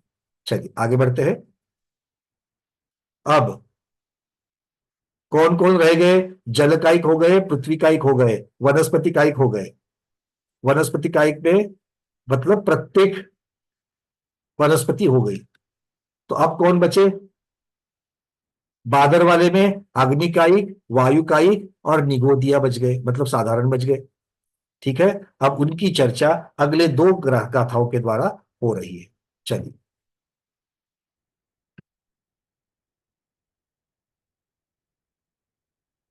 मतलब 4 गाथाओं के द्वारा आचार्य भगवंत ने बादर जीवों की चर्चा करी है। पहले 2 भाग कर लिए, अब ये 2 आ गए। चलो, अब बादर अग्निकायिक, बादर वायुकायिक और निगोदिया जीव इनकी, और फिर इनके साथ साथ में पर्याप्त अपर्याप्त की भी चर्चा आ जाएगी। चलो, 3 गाथाओं के द्वारा ये हो रहा है, और चौथी गाथा जो है वो पर्याप्त अपर्याप्त से संबंधित है। क्या कहते हैं? विंदावली लोगानम संखम संखम च ते उवाऊणम पज्जत्तान पमाणम तेहिम विहिना अपज्जत्ता साहारण बादरेषु असंख्य भागम असंख्य गा भागा पुन्नाणम पुन्नाणम परिमाणम होदि अनुकामसो। आचार्य भगवान कह रहे हैं कि विंदावली लोगानम संखम संखम च तेऊ आउनम। क्या कह रहे हैं? बादर पर्याप्त अग्निकायिक जो है वो आवली के घन अर्थात घनावली के असंख्यातवे भाग प्रमाण है। विंदावली लोगानम संखम संखम च तेऊ आउनम। क्या कह रहे हैं? बादर पर्याप्त अग्निकायिक जीव कितने हैं? अब देखो, पहले वाले में एक दूसरे के साथ में तुलना करते करते आए, इसीलिए वही उतने ही जीवों की संख्या उन गाथाओं में ली। अब बिना तुलना वाले, बिना संबंध वाले जो है वो अलग से ले लिए। अब 2 कौन से हैं? तेऊ और वायु, अग्निकायिक और वायुकायिक। तो बादर पर्याप्त अग्निकायिक की संख्या कितनी है? घनावली के असंख्यातवे भाग प्रमाण। घनावली मतलब एक आवली को लेकर के उसका घन करना। घन करना मतलब, हाँ, घन का अर्थ वो सॉलिड लिक्विड वाला घन नहीं, वहां पर भी सॉलिड को घन कहते हैं, है ना, वो वाला नहीं। घन मतलब 3 बार संख्या को उसी संख्या से गुणाकार करना। तो आवली गुना आवली गुना आवली, उसको क्या करना? ऐसा करके उसका असंख्यातवा भाग कर लेना। तो घनावली का असंख्यात विभाग प्रमाण मतलब असंख्यात संख्या आती है उतने बादल पर्याप्त अग्निकायिक है। और वायुकायिक कैसे है? लोगानम संखम, लोग के, अब लोक कितना होता है? मतलब एक लोकाकाश 343 घन राजू। एक है आवली का घन करना और दूसरा लोक का घन करना। विंदावली लोगानम, ये शब्द जो है इसमें आवली का, आवली शब्द भी आपको दिख रहा है, तो आवली का घन करना है और लोग का भी घन करना है। और क्रम से लगाओ, तेऊ और वायु, अग्निकायिक में आवली के घन के साथ में रिलेशन है और वायुकायिकों में लोक के घन के साथ में है। तो लोक का घन मतलब लोक कितना होता है? 343 राजू, एक लोकाकाश, उसको लोक कहते हैं। उसका संख्यम च, इसका संख्यात्व भाग करना है। इसके संख्यात्व भाग प्रमाण अर्थात असंख्यात कितने कौन है? वायुकायिक जीव होते हैं। तो सूक्ष्मता से गणित से भी वर्णन है और हमने उसका टोटल कितना होता है वो भी निकाल दिया है। अब आगे कहते हैं 211 नंबर की गाथा में और भी कुछ कहा है। देखिए क्या कहते हैं? सभी बादरकायिक जीवों की राशि में से बादर पर्याप्तक जीवों की राशि घटाने से अपर्याप्तक जीव की राशि मिल जाएगी। सीधी बात है, क्योंकि बादर में पर्याप्तक और अपर्याप्तक होते कि नहीं होते हैं? होते हैं। तो आपको सबसे पहले बादर की कुल संख्या बताई और फिर बादर की पर्याप्तक की संख्या बताई। तो बादर पर्याप्तक की बादर कुल से माइनस करेंगे, हीन करेंगे, कम करेंगे तो बादर अपर्याप्तक की संख्या मिल जाएगी। तो इसको हमने वहां पर हाईलाइट कर दिया सूत्र को, कुल बादर जीव राशि में से बादर पर्याप्तक जीव राशि इक्वल टू बादर अपर्याप्तक जीव राशि। ठीक है, आगे क्या कहते हैं? बाद अब कुछ सार रूप से कह रहे हैं। दो लाइन वहां दिख रही है आपको, वो सार रूप से कह रहे हैं। क्या सार रूप से कह रहे हैं? ये जो लिखा है ये पहली गाथा की सेकंड हाफ में आपको दूसरे चरण में समझेगा। पज्जत्ताणम पमाणम तेई विहीना अपज्जत्ता, मतलब पज्जत पर्याप्तक के प्रमाण को कम करने से अपर्याप्तक का प्रमाण मिल जाएगा। ये दूसरे चरण में पहली गाथा के बताया, वही चीज यहां पर लिखी है। अब क्या कहते हैं? अब सार रूप से कुछ कह रहे हैं। क्या कह रहे हैं? बादर जीव राशि में पर्याप्तक जीव कम और अपर्याप्तक जीव अधिक पाए जाते हैं। अब बादर में पर्याप्तक कम और अपर्याप्तक ज्यादा है, तो बादर पुण्यवान है कि नहीं है? पुण्यवान है। और पर्याप्तक भी पुण्यवान है, मतलब बादर पर्याप्तक क्या हुआ? पुण्यवान हो गया, वो कम है। और बादर अपर्याप्तक, बादर पुण्य है, अपर्याप्तक पाप है। पाप पुण्य वाले जहां कॉम्बिनेशन में है वो ज्यादा है, पहले जैसी चीज है। पहले भी ये शक्य आई थी, सिर्फ पुण्य वाले सिर्फ पाप वाले दोनों कम है, और पाप पुण्य कॉम्बिनेशन वाले ज्यादा है। यहां पर भी हमको क्या दिख रहा है?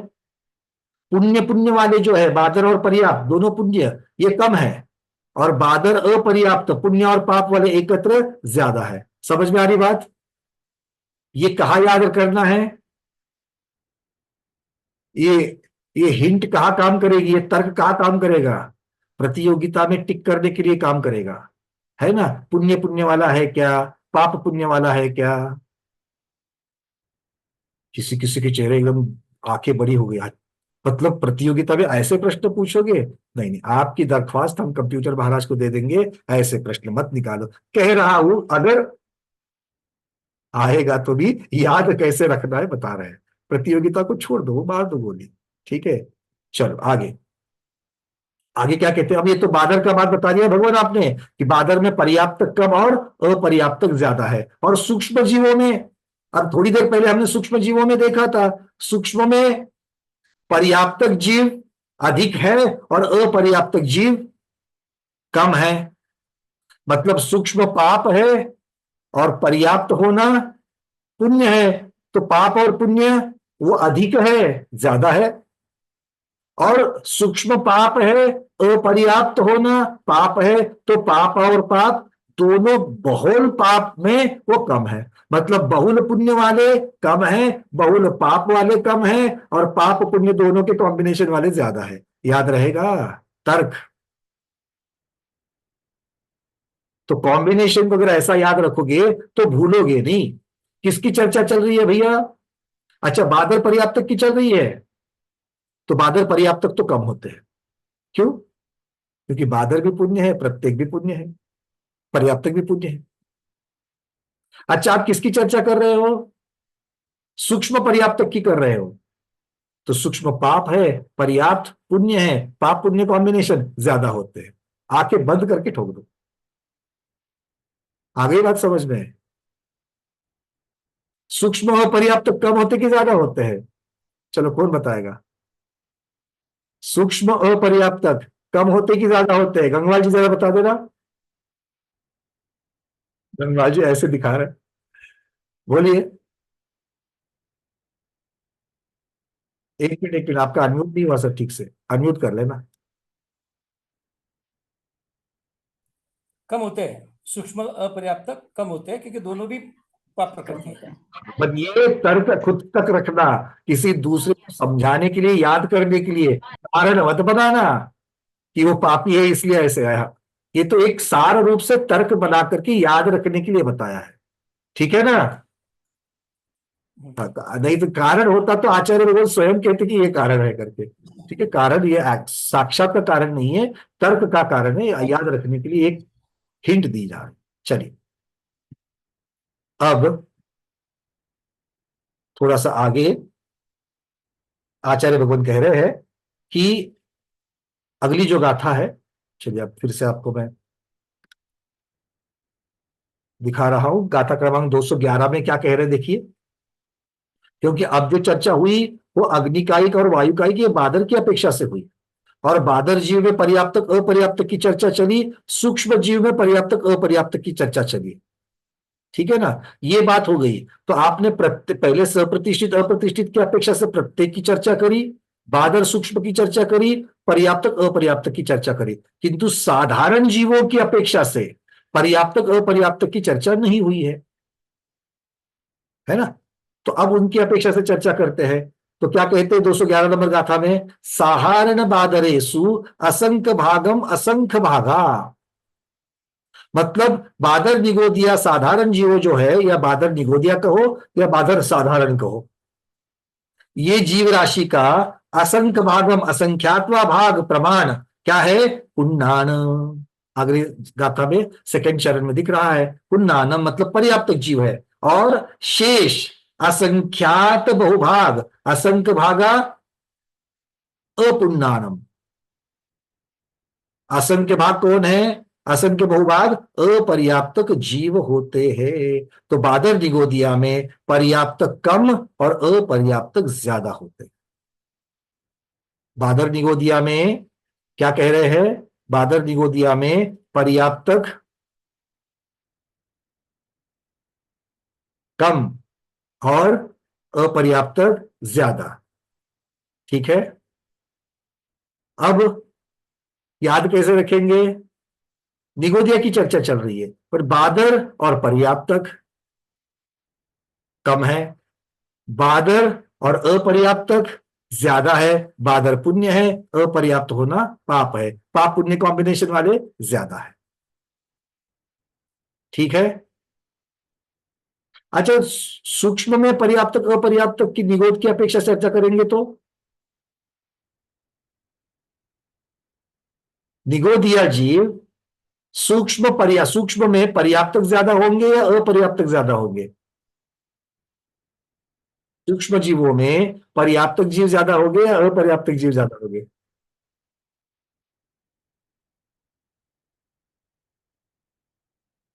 अनुपमा दोषी दीदी,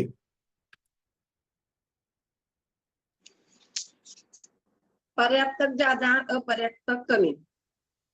सूक्ष्म में पर्याप्तक ज्यादा और अपर्याप्तक कम। कैसे दीदी, थोड़ा सा हिंट दे दीजिए। गाथा में तो है, गाथा प्रमाण तो हमारे लिए बिल्कुल मान्य, किंतु अभी इनका हिंट की अपेक्षा से सूक्ष्म होना पाप, पर्याप्तक होना पुण्य, तो पाप पुण्य का कॉम्बिनेशन ज्यादा। सूक्ष्म होना पाप, अपर्याप्तक होना पाप, तो दोनों पाप पाप, पाप की बहुलता है वो कम। प्योर वाले कम, फिर वो पुण्यवान हो या पापवान हो, प्योर वाले कम, और जिनका कॉम्बिनेशन है वो ज्यादा। ठीक है, मेरे ख्याल से इतने तर्क से, इस प्रकार के तर्क से इतना जटिल विषय भी आपको याद करने के लायक हो गया है। ठीक है, नहीं तो फिर इसको याद करने का तरीका नहीं मिलेगा। ठीक है, चलिए प्रश्नों को लूंगा, बस थोड़ा सा इस विषय को पूर्ण करता हूं क्योंकि त्रस्काय की चर्चा बाकी है। त्रस्काय की चर्चा करने के बाद में 212 नंबर गाथा पर हम लोग आज रुक जाएंगे और फिर आपके प्रश्नों को लेंगे, और फिर यहां से आगे एक जटिल अंतिम 3 गाथा बच जाती है, वो हम कर लेंगे, जो अर्धच्छेद, उस प्रक्रिया को थोड़ा सा समझना पड़ेगा। अर्धच्छेद की अपेक्षा से भी कुछ संख्याओं को सिद्ध किया गया है। ठीक है, चलिए अब त्रस्काय, अब तक सारी चर्चा किसकी हो गई? स्थावरों की हो गई। स्थावर में बादर, स्थावर में सूक्ष्म, स्थावर बादर में पर्याप्त अपर्याप्त, स्थावर सूक्ष्म में पर्याप्त अपर्याप्त, वनस्पति इकाई के प्रत्येक में और साधारण में, सबकी अपेक्षा से हो गई। त्रस्काई बच गए। अब त्रस्काई के लिए एक गाथा आचार्य भगवत दे रहे 212 नंबर की गाथा। आप लोग भाई मैं कह रहा हूं करके हाँ कह रहे हो, या फिर आपको एहसास हो रहा है जितनी गाथाएं आज हमने देखी उसमें इस प्रकार से वर्णन होते आया है और इसमें सारे जीव कवर हो गए, ऐसा लग रहा है कि नहीं लग रहा है? जिनको लग रहा है अच्छी बात है, जिनको नहीं लग रहा है वो फिर से एक बार एक छोटा सा चार्ट बना लेना 5 स्थावरों का। पृथ्वी का एक, बादर सूक्ष्म, पर्याप्त अपर्याप्त, पर्याप्त अपर्याप्त, मतलब पृथ्वी का एक के टोटल 4 भेद हो जाएंगे। बादर पर्याप्त, बादर अपर्याप्त, सूक्ष्म पर्याप्त, सूक्ष्म अपर्याप्त। ऐसे ही 4 भेद जलकाय के होंगे, 4 भेद अग्नि के होंगे, 4 भेद वायुकाय के होंगे, मतलब 4 चुक 16 हो गए। इसके साथ में प्रत्येक वनस्पति, उसके सप्रतिष्ठित अप्रतिष्ठित बादर की अपेक्षा से वर्णन। ये तो बादर ही होती तो सूक्ष्म नहीं है, किंतु इसके पर्याप्त अपर्याप्त की अपेक्षा से वर्णन आएगा। और उसके बाद में साधारण वनस्पति, साधारण वनस्पति में बादर सूक्ष्म, बादर के पर्याप्त अपर्याप्त और सूक्ष्म के पर्याप्त अपर्याप्त उसके 4 को जोड़ देना। तो ये इतने आपको कितने मिल गए टोटल? पहले 4 के 4 16 हो गए, साधारण वनस्पति के 4 जोड़ दो 20 हो गए, और प्रत्येक वनस्पति के 4 जोड़ दो 24 हो गए। ठीक है, और त्रस के कितने हो जाएंगे? त्रस के बादर पर्याप्त बादर अपर्याप्त 2 जोड़ेंगे तो 26 हो जाएंगे। ठीक है, तो त्रस की गाथा तो 212 आ रही है, तो मालूम है पहले की जो गाथाएं है वो सभी में सभी प्रकार के जीव आए कि नहीं आए, एक बार टिक मार्क करते जाना। इतना भी अगर याद रहेगा, और अभी जो एक हिंट आपको दी गई थी पाप पुण्य वाली, वो याद रखेंगे, तो ये सारी गाथाएं जो है ये आपके लिए काफी हो गई। इस बार जो प्रथम बार पढ़ रहे हैं कायमार्गणा, जो पिछली बार जिन्होंने पढ़ा था उन्होंने भी ये सारी गाथाएं नहीं करी थी, कुछ गाथाओं छूट गई थी इसमें से, तो गणित वाली गाथाओं को हमने पिछली बार छोड़ दिया था, इस बार लिया है, किंतु ये आपके लिए नई चीज है, तो इसको आप बढ़िया से अंदर उतार लो। ठीक है, चलिए त्रस की जीव की पर्याप्त अपर्याप्त कह रहे हैं। आवली असंख्य संख्येन वहित पदरंगुलेन हित पदरम कमसो तत्सत पुन्ना पुन्नून तसा अपुन्नाहु। क्या कह रहे हैं? त्रस जीव राशि, त्रस जीव राशि के बारे में कह रहे हैं, आवली के असंख्यातवे भाग से वहिद अर्थात भाजित, कौन? पदरंगुलेन प्रतरांगुल, और फिर हिद पदरम उससे भाग देना है, किसका? जगत प्रतर में भाग देना है। पदरम मतलब जगत प्रतर, उसको भाजित करना है। ये करने से क्या होता है? त्रस जीवों का प्रमाण प्राप्त होता है। और आवली के असंख्यात व भाग से भाजित प्रतरांगुल का जगत प्रतर में भाग देने पर पर्याप्त त्रस जीवों का प्रमाण प्राप्त होता है, और सामान्य त्रस राशि से पर्याप्तकों का प्रमाण घटाने पर अपर्याप्तकों का प्रमाण मिल जाए। तो पहले क्या कह रहे हैं उसको हम लोगों ने आगम की भाषा में समझ लिया, इसको चार्ट में अगर देखोगे तो क्लियर हो जाएगा। त्रस जीव राशि कैसी है? जगत प्रतर को प्रतरांगुल के आवली का असंख्यातवा भाग, अभी अभी दिया था ना हम लोगों ने, ये जगत प्रतर को ही प्रतरांगुल के आवली के असंख्यातवे भाग से भाजित किया था ना? नहीं, वहां पर पल्ले के असंख्यातवे भाग से भाजित किया था। लगने के लिए सीधा सीधा लग रहा है। देखो यहां ये सूत्र को देखो जागृति दीदी, और पहले वाला सूत्र मैं आपके सामने ला रहा हूं।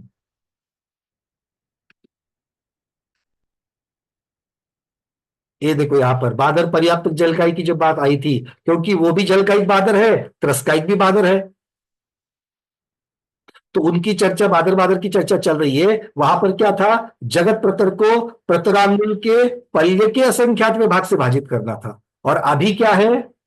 जगत प्रतर को प्रतरांगुल के ही किंतु आवली के असंख्यात में भाग प्रमाण से भाजित करना है। फर्क है, वहां पर पल्ले का असंख्यात्व था, यहां पर आवली का असंख्यात्व है।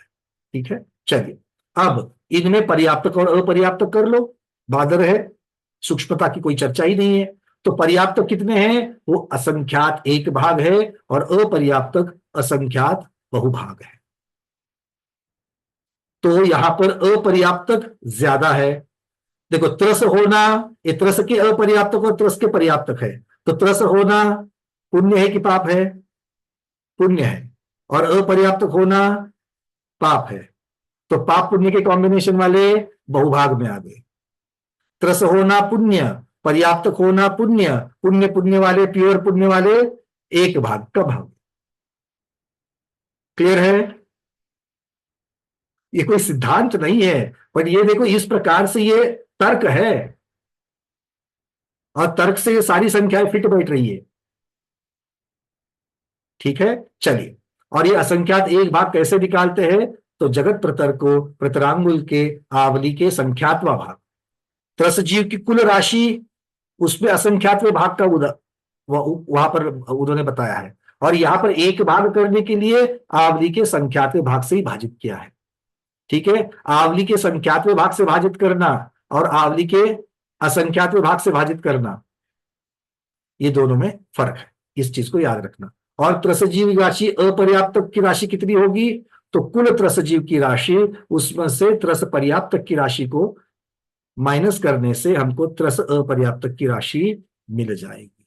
ठीक है, चलिए टीकाओं में इन गाथा तक, ये सारी गाथाएं जो है और आगे की भी 3 गाथा जो है, मतलब 204 नंबर से जो गाथाएं शुरू हो गई है, जो संख्या की बात करती है, 204 से लेकर के आगे 215 तक, ये 12 गाथाएं जो है, उन 12 गाथाओं का बहुत सारा विस्तार किया गया है। हम लोग आगे की 3 गाथाएं थोड़ा सा विस्तार से समझेंगे, ये मैंने थोड़ा सा यहाँ पर संक्षेप में रखा है ताकि समझने के लिए ज्यादा कंफ्यूजन ना हो और हमको सार भी समझ में आए, और याद रखने के लिए जो तर्क देना था वो तर्क भी आपको दे दिया गया है। ठीक है, कुछ भी कॉम्बिनेशन करके पूछेंगे तो बताएंगे कि नहीं बताएंगे? बताएंगे। ठीक है, तो चलो बताओ। पृथ्वी का ईख, बादल अपर्याप्तक ज्यादा होंगे कि कम होंगे?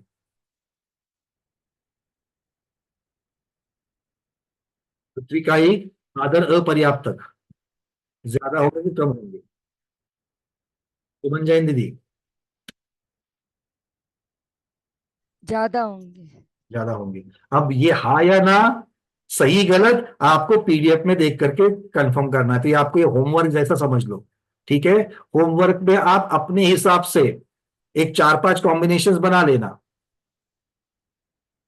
बादल सूक्ष्म पर्याप्त अपर्याप्त की अपेक्षा से 5-6 कॉम्बिनेशन बना लेना, उसके उत्तर स्वयं बिना देखे देख कर लेना अपने तर्क से, और फिर जो उत्तर आए हैं उनको चेक करना। पीडीएफ जो आज आपको भेजी गई है, अंतिम आवृत्ति आपको भेजी गई है, संपूर्ण आवृत्ति जो है वो भेजी गई है, तो ग्रुप के ऊपर से वो पीडीएफ लेकर के उस पर क्रॉस चेक करना कि अपना सही आया कि नहीं आया। ठीक है, बहुभाग है कि एक भाग है, इस प्रकार से ले लेना। ठीक है, चलिए तो आज हम यहीं पर रुक जाते हैं, थोड़ा सा समय बचा है, कुछ प्रश्नोत्तर आपके आ रहे हैं, बस 1 या 2 प्रश्नों को ले पाऊंगा, बाकी के मुझे व्हाट्सएप पर भेज देता। मीनाक्षी दीदी आपका हैंड रेज पूछिए। वो नित्य निगोद और इतर निगोद दोनों एक में ही लेना है क्या उसमें? यहाँ पर एक ही लिया, उनका सिर्फ बादल और सूक्ष्म और पर्याप्त अपर्याप्त की अपेक्षा से ले लिया, वो तो पर्याय की अपेक्षा से वर्णन हो गया है कि नित्य है कि अनित्य है। ठीक है, किंतु इसका भी वर्णन नित्य अनित्य की अपेक्षा से भी कहीं ना कहीं किन्हीं महाग्रंथों में आया ही होगा, यहां पर इन्होंने इस प्रकार से किया है। ठीक है, चलिए अर्चना दीदी। भैया जी लास्ट में आप जो स्क्रीन शेयर नहीं हो रही थी मुझे वो बोल रही थी मैं। ट्रस्ट की हाँ जी। आपको अकेले नहीं होगी ऐसा नहीं होगा, एक देख लो। अब हम फिर से समझने के लिए कर रहे हैं। मेरे को नहीं आ गई? हाँ जी अभी आई। हाँ नहीं ठीक है, हम ऐसा कोई सेटिंग नहीं है कि अर्चना दीदी को मत भेजो करके। नहीं नहीं नहीं ऐसा नहीं भैया जी, और आज मैसेज भी नहीं जा रहे हैं, 2 चीजें। हाँ, मैसेज इसलिए नहीं जा रहा है क्योंकि हमने उसको बंद करके रखा हुआ है। हाँ तो मैं इसीलिए बोल नहीं पाई, मैसेज भी नहीं डाल पाई। विषय आज का विषय जो है वो मुख्यतः से गणित विषय था, और इसमें अगर बीच बीच में अगर चैट में कोई दूसरे प्रश्न कोई दूसरा विषय आ जाएगा तो हम लोग भटक जाते हैं, इसलिए आज हम उसको बंद करते हैं। ठीक है, ठीक है। आपका प्रश्न बोलिए, आपको मिल गया? नहीं प्रश्न नहीं है, हाँ मिल गया। चलिए बहुत बढ़िया। विजयलक्ष्मी दीदी। अभी हम जो पढ़े उसमें पुण्य और पाप प्रकृति के कॉम्बिनेशन ज्यादा है, वैसा ही जब हम लेशा का जब अपकर्षण काल में लेते हैं तब भी शुभ और अशुभ लेशा रहती तो ही अपना अपकर्षण काल वो बनता है, तो वैसा नहीं नहीं नहीं, वहां पर मैं थोड़ा आपने कहा, और ज्यादातर भाग आपके उत्तर का या आपके कथन का सही है, किंतु मैं वहां पर शुभ अशुभ नहीं लूंगा, क्योंकि जो पुण्य और पाप लेश पुण्य लेशा नहीं, जो अशुभ लेशा के साथ ही जो आयु बनती है, जो अपकर्ष काल में बनती है, उसमें शुभ लेशा तो नहीं आती है। नहीं मतलब अति कृष्ण लेशा से नहीं बनती है और अति शुक्ल लेशा से भी नहीं बनती है। मध्यांश कहिएगा, हाँ मध्यांश से बनती है, बिल्कुल ठीक, मध्यांश से कॉम्बिनेशन। तो इसमें भी ऐसा हम लोग समझ सकते हैं। तो मैं ऐसा ही सोच रही थी कि सूक्ष्म अपर्याप्तक जीव सबसे ज्यादा है, मतलब टोटल सब जीवों में। देखो सूक्ष्म अपर्याप्त आप जब तक उसको साधारण जीव की अपेक्षा से नहीं कहोगे तब तक वो ज्यादा नहीं आएंगे, क्योंकि सिर्फ सूक्ष्म अपर्याप्त कहोगे बाकी स्थावरों की अपेक्षा से अगर आप वर्णन, क्योंकि एक स्थावर की अपेक्षा से जब वर्णन करोगे तो सूक्ष्म और अपर्याप्त दोनों भी पाप वाले हैं, तो पाप की बहुलता जहां है वो कम नहीं आएंगे। नहीं अपन ऐसा साधारण में भी ले सकते हैं ना, सूक्ष्म अपर्याप्त की मतलब टोटल साधारण तो सबसे ज्यादा ही है। साधारण सूक्ष्म अपर्याप्त की अगर आप बात करोगे तो साधारण सूक्ष्म अपर्याप्त और साधारण सूक्ष्म पर्याप्त ऐसी करनी पड़ेगी, मतलब निगोदिया पर्याप्त निगोदिया अपर्याप्त ऐसी करनी पड़ेगी आपको। सूक्ष्म निगोदिया पर्याप्तक सूक्ष्म निगोदिया अपर्याप्तक इस प्रकार से होगी। उसमें सूक्ष्म निगोदिया पर्याप्तक ज्यादा पाए जाएंगे, हाँ वही मैं अपर्याप्तक से सूक्ष्म निगोदिया पर्याप्तक ज्यादा पाए जाएंगे, क्योंकि वो पुण्य पाप का कॉम्बिनेशन है। अपर्याप्तक कम पाए जाएंगे। सूक्ष्म में अपर्याप्तक कम होते हैं, हाँ बादर में पर्याप्तक कम होते हैं। बादल में पर्याप्त। ठीक है, क्योंकि बादल पर्याप्त दोनों पुण्य पुण्य है, सूक्ष्म अपर्याप्त दोनों पाप पाप है, ये दोनों कम आएंगे और इनके दूसरे कॉम्बिनेशन ज्यादा आएंगे। ठीक है, चलिए, और इस चीज को बनाओ बढ़िया से होमवर्क में और उसको क्रॉस चेक करो, आनंद आएगा। चलिए, अंतिम प्रश्न अंजलि दीदी, नागपुर। नमस्ते गुरुवर, वंदना भैया। मुझे ये आखिरी का समझ में नहीं आया जो आपने बताया था कि आवली के भाग प्रमाण गुना और भाग, उसमें कुछ दो डिफरेंस है, क्या डिफरेंस है वो? डिफरेंस एक है कि भाजित किससे किया गया। देखिए फिर से, जब त्रस जीव राशि की कुल राशि जब निकाली है तब आवली के असंख्यातवें भाग से प्रतरांगुल को भाजित किया है। ठीक है, और जब पर्याप्तक जीवों की त्रस पर्याप्तकों की जब राशि निकाली है तब प्रतरांगुल को, सूत्र वैसा ही रहता है, किंतु प्रतरांगुल को आवली के संख्यातवें भाग से भाजित किया है। ठीक है, वो होगा भी क्योंकि एक कुल राशि है और दूसरा उसका एक भाग है, एक भाग है उसका, तो सूत्र में फर्क पड़ेगा ही पड़ेगा। तो फर्क एक असंख्यात और संख्यात इतना संख्यात। ओके, ठीक है। हाँ, ये कुछ समझ में नहीं आया था कि संख्यात्व और असंख्यात्व भाग, ये दोनों फर्क। ठीक है, धन्यवाद। तो इस प्रकार से ये गाथाएं आज पूर्ण होती है।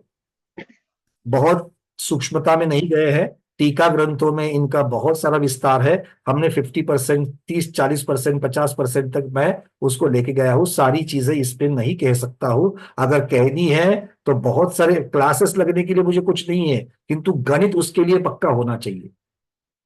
लॉग फाइल्स, लॉग जो होते थे, लॉग बुक्स, अगर वो वाली सब चीजें अगर आपको याद है गणित की, तो नहीं तो फिर ये आगम कायम आर्गना छोड़ करके गणित की क्लास हो जाएगी, और वो नहीं होवे, इसलिए वो होगी पक्का मालूम है, इसीलिए मैंने सिर्फ जितना आगम है उतना ही रखा है। ठीक है, क्योंकि क्या है, अगर गणित की भी क्लास ले ली तो भी क्या होगा, समय लगेगा और 2 दिन के बाद में सब भूल जाएंगे, क्योंकि उसमें हम लोग रिपीटेशन करेंगे ही नहीं और वो अपेक्षा भी नहीं है। ठीक है, बस चिंतन में जो हमको आना चाहिए, क्योंकि गणित के द्वारा आप क्या सिद्ध करने के लिए जा रहे हो, अल्प बहुत्व, कौन ज्यादा है कौन कम है, यही है। और फिर उसका उपयोग मेरे मोक्ष मार्ग को सुदृढ़ करने के लिए मैं कैसे लगाऊं, ये महत्वपूर्ण है। तो सार निकाल करके जो हमको चाहिए वो काफी है, उतना हमने आपको पहुंचा दिया है। ठीक है, चलिए, कुसुम दीदी आप कुछ कह रही हो, जल्दी से, अनम्यूट किया है। हाँ वंदना भैया जी, वो अभी दीदी ने पूछा तो संख्यात से कोई चीज भाजित करेंगे हम तो वो तो ज्यादा आएगी ना संख्यात से। नहीं, ये देखो, असंख्यात से भाजित करेंगे तो कम आएगी। बट आपको नीचे वाला देखना है, प्रतरांगुल को संख्यात और असंख्यात से कर रहे हैं, तो सूक्ष्म को निकाल रहे हैं, पर्याप्त को निकाल रहे हैं या अपर्याप्त को निकाल रहे हैं। बात सही है, किंतु आप देख लीजिए उसमें आपको उत्तर अपने आप मिल जाएगा। ये हम जगत प्रतर को सीधे सीधे असंख्यातवें और संख्यातवें भाग से नहीं कर रहे हैं, तो जिस संख्या से भाजित करना है उस संख्या को असंख्यात और संख्यात से कर रहे हैं।